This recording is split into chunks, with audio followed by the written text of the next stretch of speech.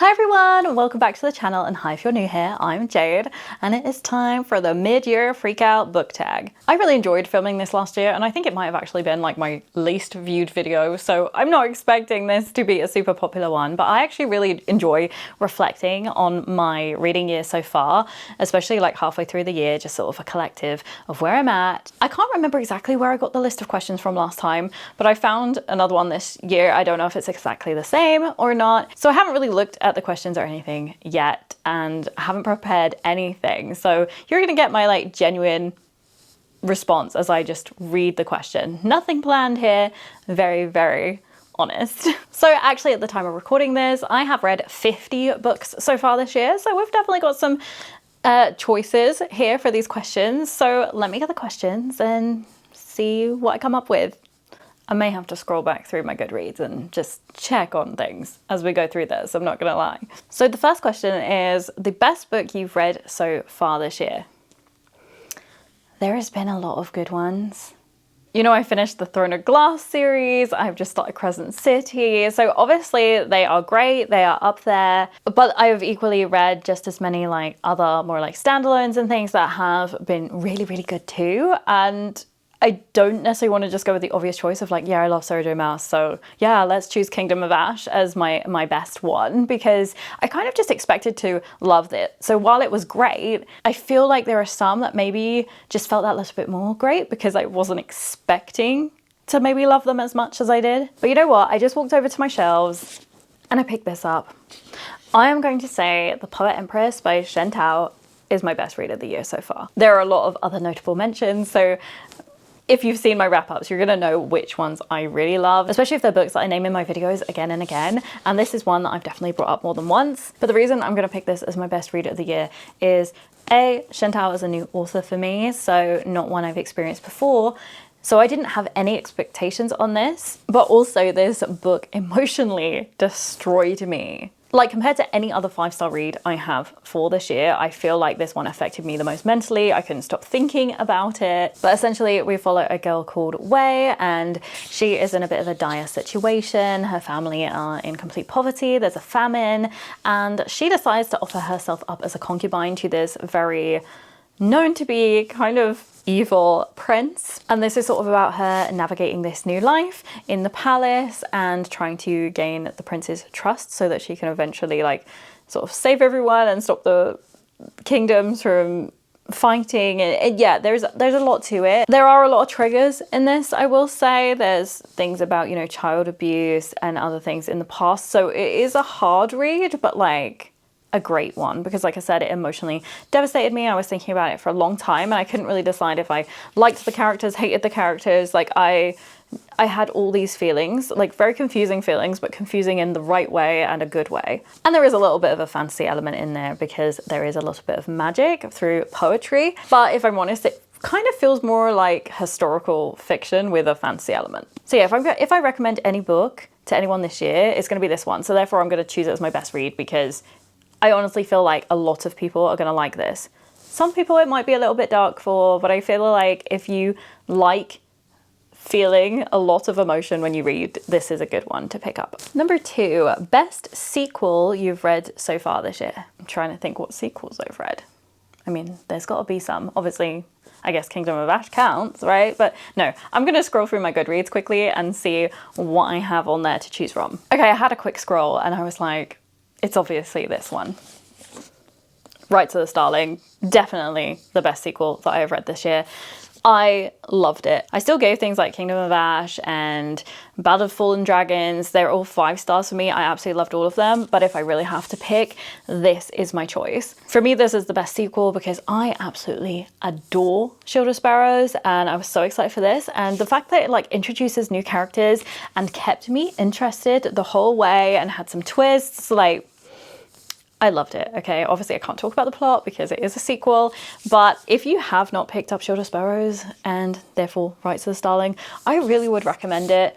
I know some people do find it slow. It seems to be a little bit of like the Marmite of the fantasy world where some people love it and some people hate it. But for me, it is a love. I love a slow burn romance and highly recommend it. So yes, this is my best sequel of the year so far. We will see at the end of the year if something takes the top spot or not. I mean, we've got ACOTAR 6 coming up. I mean, you know. Okay, question 3, the new release you haven't read yet but want to. I think there's a few of those because I'm assuming this question's saying like something that's already come out this year but that I still haven't got round to reading. So I had a quick glance over at my TBR and there are a few that I could have picked from, but I'm actually gonna go for A Stage Set for Villains. This is a book that came out this year that I became aware of because a lot of people were talking about it online, and I have a literature and drama degree and this is set in a playhouse and it just sounds like my kind of thing. Generally, I've seen really good opinions and reviews of this book, so I'm gonna say this one because I haven't got around to reading it yet, but I do think this is one that I'm gonna love. But I believe this falls into like the dark fantasy realm, and it is about people that sort of take part in these plays at the playhouse, but it actually has like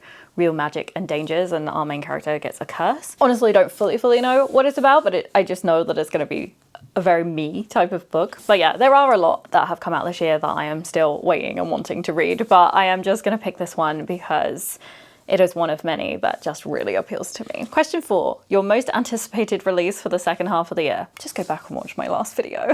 I mean, if I had to pick out of my most anticipated releases, like my top one, it probably is ACOTAR 6, just because I feel like everyone's been waiting for it for so long and we still don't really know what it's about. Like, we still haven't been given a title, etc. So I would say it is my most anticipated because I loved ACOTAR. It's the first series of Sarah J. Maas that I read, so I really want to dive back into it. So yeah, I'm just gonna pick that one, but if you want to see like everything that I'm kind of anticipating, go and watch my last video. Number 5, your biggest disappointment. Well, I know this one.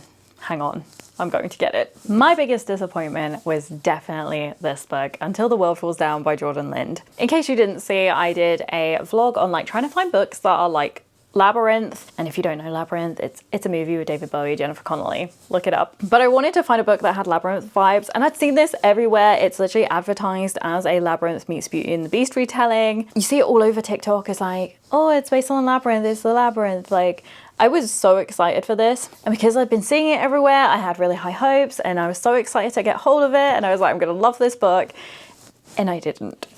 It isn't actually like my lowest rated book of the year, but I honestly thought this was going to be an easy sort of like 4 to 5 star read for me, easy. And it just wasn't. Like, it gave me the ick at times. I just didn't enjoy it. But it's basically about this woman called Nell. She makes this like desperate plea for love. This guy hears her, this kind of magical guy. He then sleeps with her and then traps her in his labyrinth and is basically like, yeah, you can leave if you solve it, or you can just stay with me. The way it was written was just too like repetitive for me. It was like smut scene, trying to get out of the labyrinth, smut scene, trying to get out of the labyrinth, and I just didn't feel any connection to these characters at all. So yeah, for me, I know a lot of people do love this book, but for me it was just a really big disappointment because I honestly expected to adore it and I just didn't. So I'm sorry, but this is my choice. Number 6, your biggest surprise of the year so far. One does come to mind, but I'm like, maybe there's others. I'm gonna scroll through my Goodreads again. Okay, I've actually chosen a different book. So the first one that popped to mind was To All the Boys I've Loved Before, because I didn't love The Summer I Turned Pretty. I didn't really expect to like To All the Boys I Loved Before, but I actually thought it was decent. But it's not like a surprise as in, oh my god, I loved it. So I'm actually gonna go with The Ministry of Time by Kelaine Bradley. I don't have the physical copy with me right now. I've been trying to sort of start moving around and reorganizing my books, and a lot of them are piled down in the basement while I organize them, and honestly, I've just not got the effort to go down and try and find it right now. But The Ministry of Time by Kelaine Bradley, I ended up giving it a 5-star rating to, and it was a book that I was hoping I would really enjoy, but it was definitely a little bit more out of my comfort zone. It's sort of like a sci-fi romance about time travel, and there's a part of me that's like, the plot didn't really feel that amazing, but I somehow loved the book. Like, I was just absorbed into that book, and so therefore I'd say it's my biggest surprise because I was apprehensive as to whether I'd like it, and I ended up loving it. So essentially, to test if time travel is like feasible, this sort of entity is going back in time and bringing experts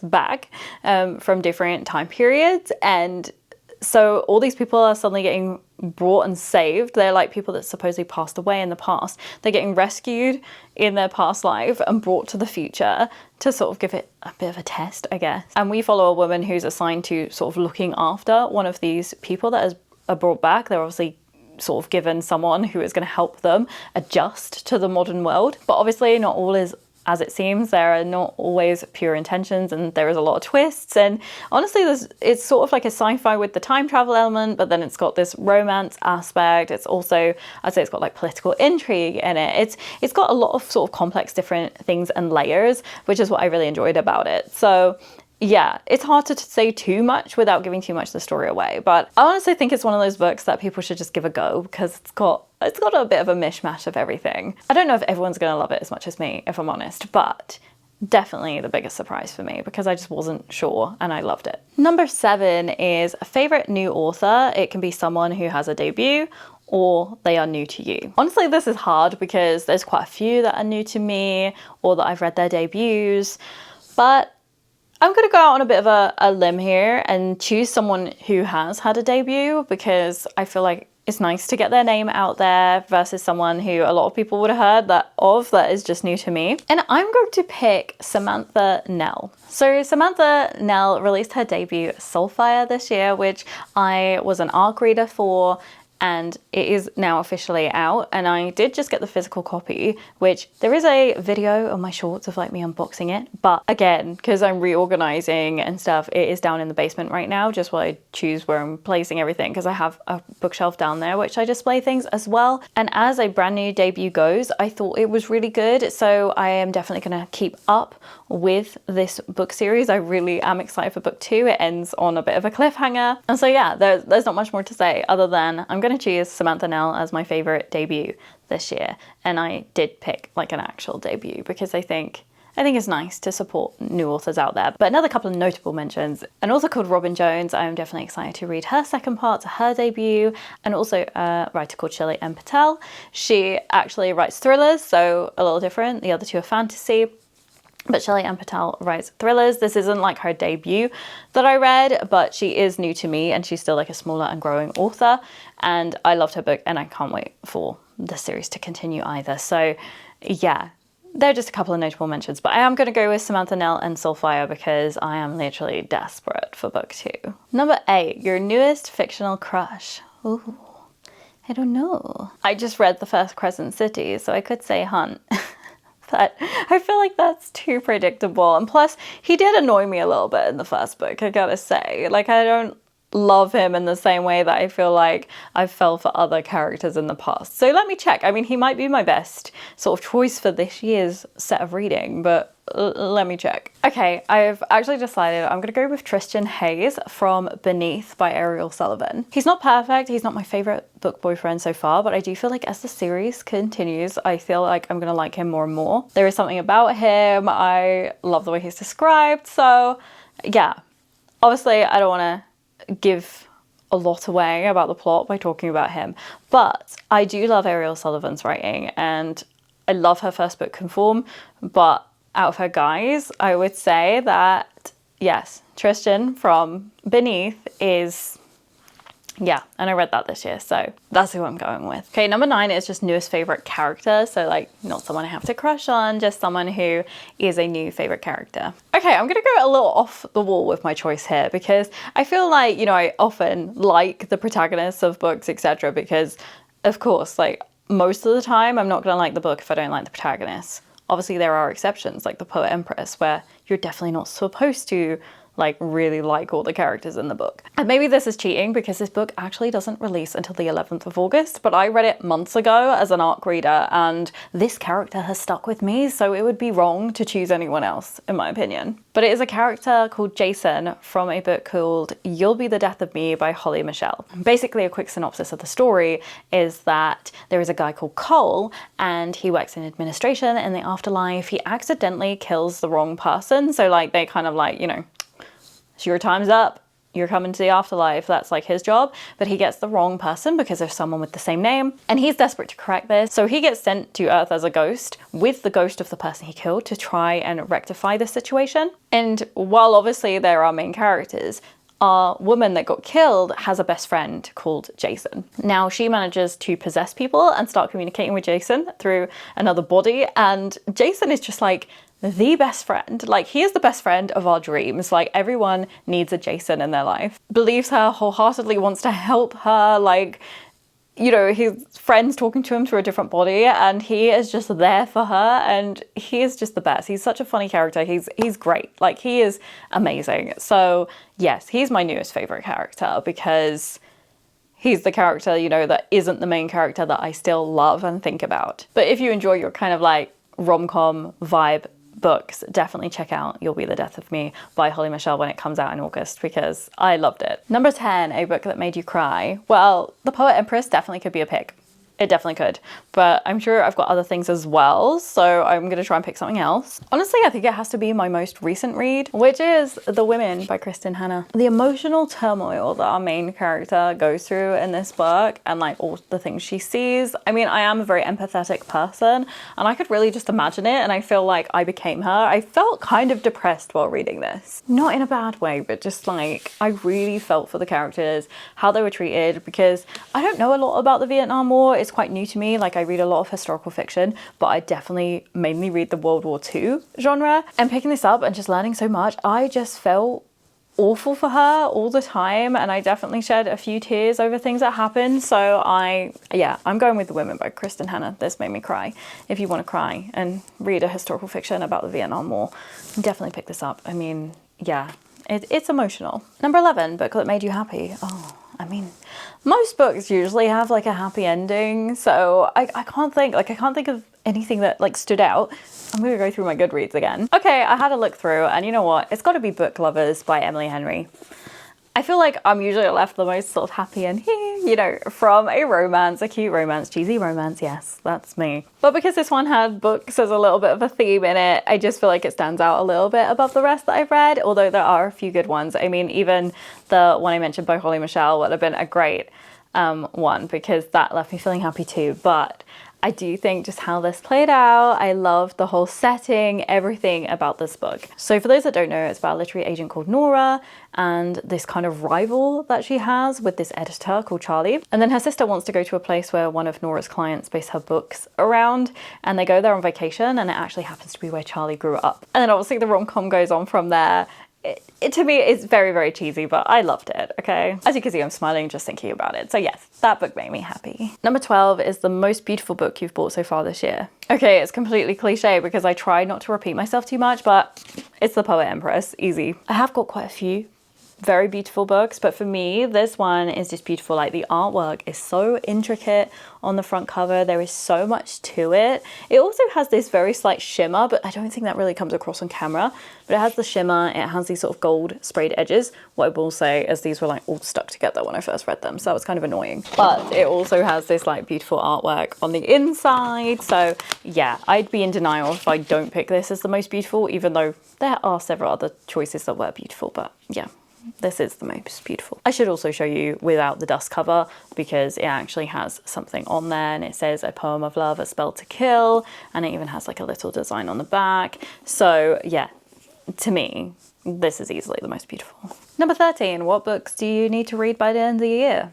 I mean, ideally my whole TBR, not that that's gonna happen.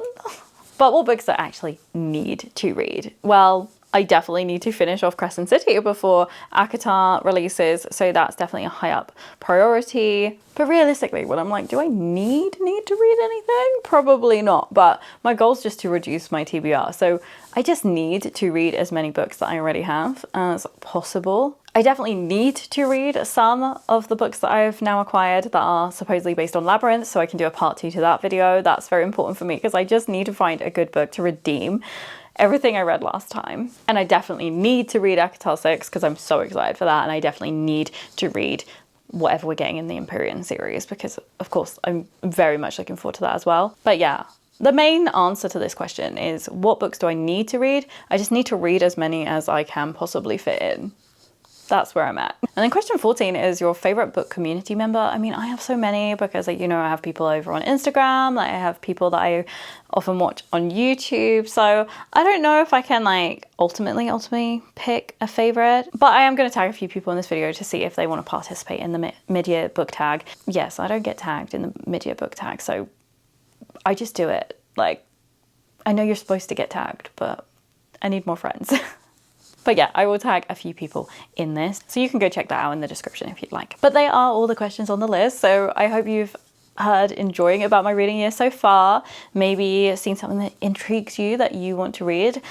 Let me know if you've got like an absolute favorite book so far this year, because I do love to hear people's favorites. I know that obviously if it's your favorite, you're going to really advocate for it as something I should read.